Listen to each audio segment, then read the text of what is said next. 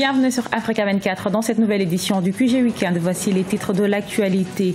Création d'une commission de révision de la Constitution au Burundi.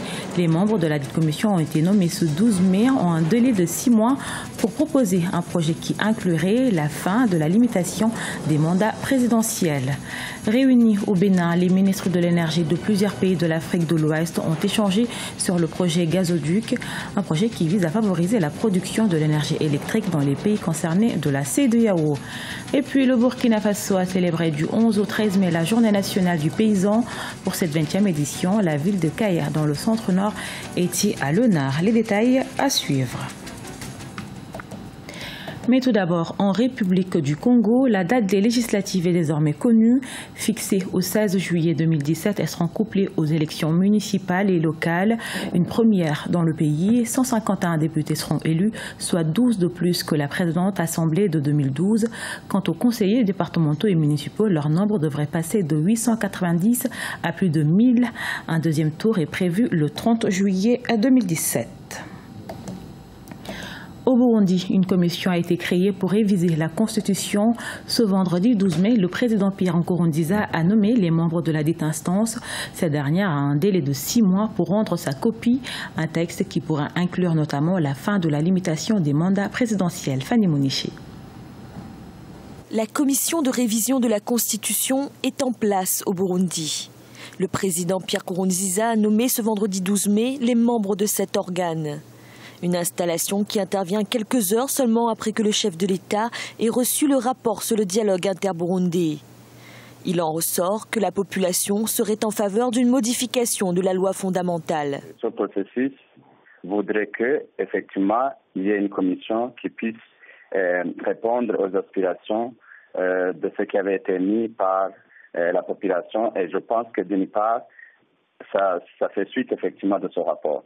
D'une autre part, c'était déjà émis par le Parlement, c'était un souhait du Parlement burundais de pouvoir mettre en place une telle commission afin d'étudier le parcours, d'étudier ce processus en fait, ce processus de révision, pas de révision comme tel, de voir ce qui peut être révisé au niveau de la Constitution. Le président burundais, dont la réélection en 2015 à un troisième mandat controversé a déclenché une grave crise politique, avait laissé entendre en décembre 2016 qu'il pourrait se représenter en 2020. Une candidature qui supposerait la suppression de la limitation des mandats prévue par la Constitution.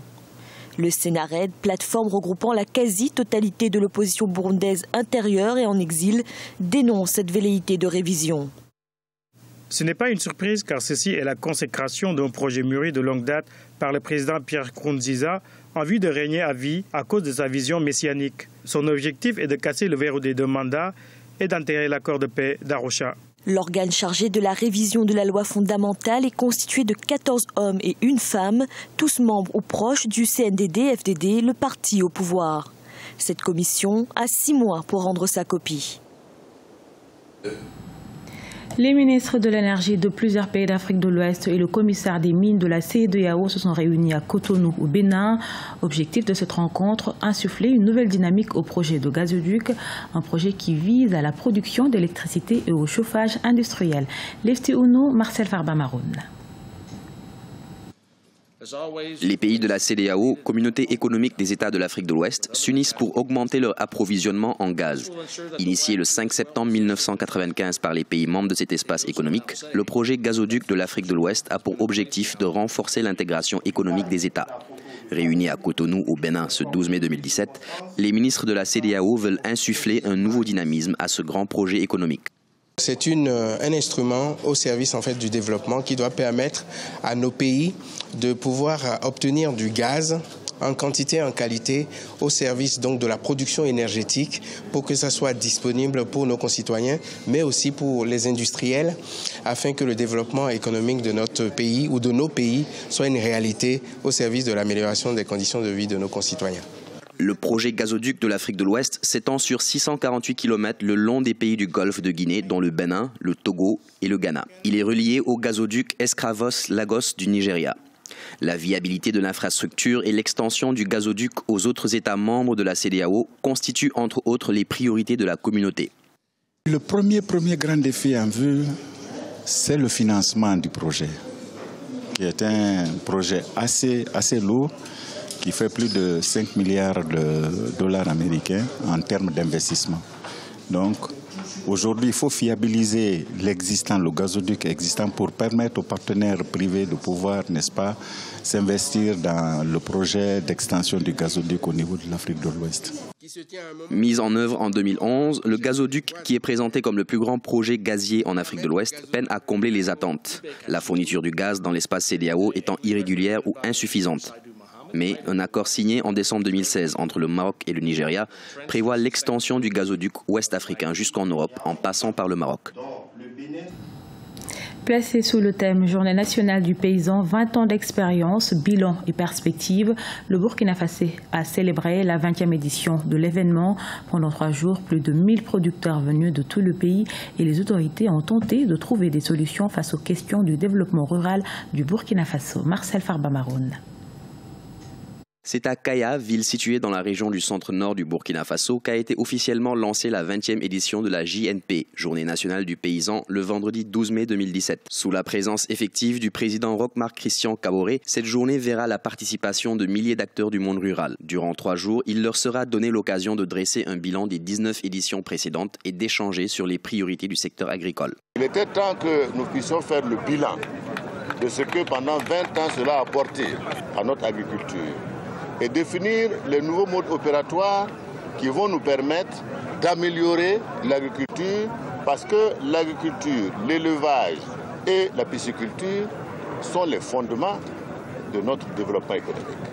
Donc nous nous devons de consacrer nos efforts à son développement. Au cours de la cérémonie officielle d'ouverture, les producteurs et acteurs du monde rural ont été invités à plus de responsabilités pour la réussite de la Journée nationale du paysan. Ainsi, il leur a été demandé de s'impliquer pleinement à la proposition d'une nouvelle formule de ces journées qui doivent aider à l'atteinte de l'autosuffisance alimentaire dans ce pays sahélien où la pluviométrie est inégalement répartie dans le temps et dans l'espace. 20 ans d'expérience, évidemment les choses évoluent et nous le faisons toujours sur l'ancien format. Donc il est nécessaire quand même à un certain moment de voir pour pallier, réadapter la cérémonie aux réalités.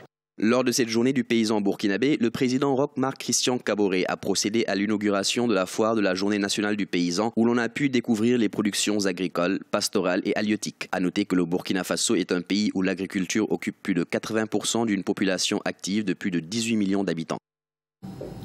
Bouéa, capitale de la mode africaine, la région anglophone du Cameroun a abrité les 5 et 6 mai la 6e édition du Fredash International Annual Festival Avenue, plus ancien événement de la mode du pays. La FIAFA a vu la participation de plusieurs designers et passionnés de mode venus de tout le continent. Marcel Farba-Maroun. Couleurs audacieuses, design dynamique et forme élégante, la 6e édition de la Fredash International Annual Festival Avenue, FIAFA, a battu son plein à Bouéa, capitale de la région sud-ouest du Cameroun, les 5 et 6 mai 2017. Cet événement de la mode rassemble chaque année les designers et passionnés qui en profitent pour exposer leur travail, nouer des réseaux et rencontrer des investisseurs. C'est le cas de ce créateur de mode sénégalais qui en est à sa 6e participation. Je cible un certain type de clientèle qui sont beaucoup plus les jeunes cadres. Certes, il y a des jeunes, plus jeunes qu'eux, et puis peut-être un peu plus âgés, mais ma vraie clientèle, ce sont des personnes vraiment des jeunes cadres. C'est faire que je suis beaucoup plus dans tout ce qui est habillé et chic en fait, la haute couture. Source d'inspiration de maisons de couture à l'étranger, la mode africaine se développe et occupe de plus en plus une place importante sur le continent. Sauf que, contrairement aux grandes villes dans le monde où le secteur contribue au développement économique, la mode est soutenue de façon limitée en Afrique.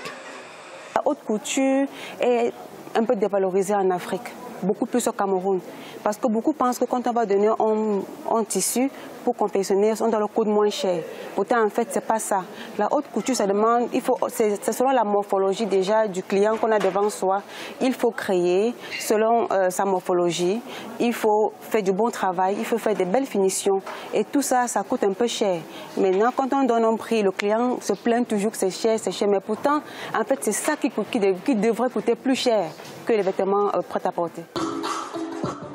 plus ancien événement de la mode au Cameroun, la FIAFA 2017 avait été reportée en raison des troubles politiques dans la région anglophone au sud du pays, où les manifestations avaient entraîné la coupure d'Internet 3 mois durant. Cette année, les organisateurs de la FIAFA ont également mis sur pied des ateliers pour les jeunes créateurs en devenir afin de leur enseigner les bases de l'entrepreneuriat. Ce journal a été réalisé par l'ensemble de la rédaction. Nous vous remercions pour votre fidélité. Dans un instant, une nouvelle édition de l'actualité sur Africa 24.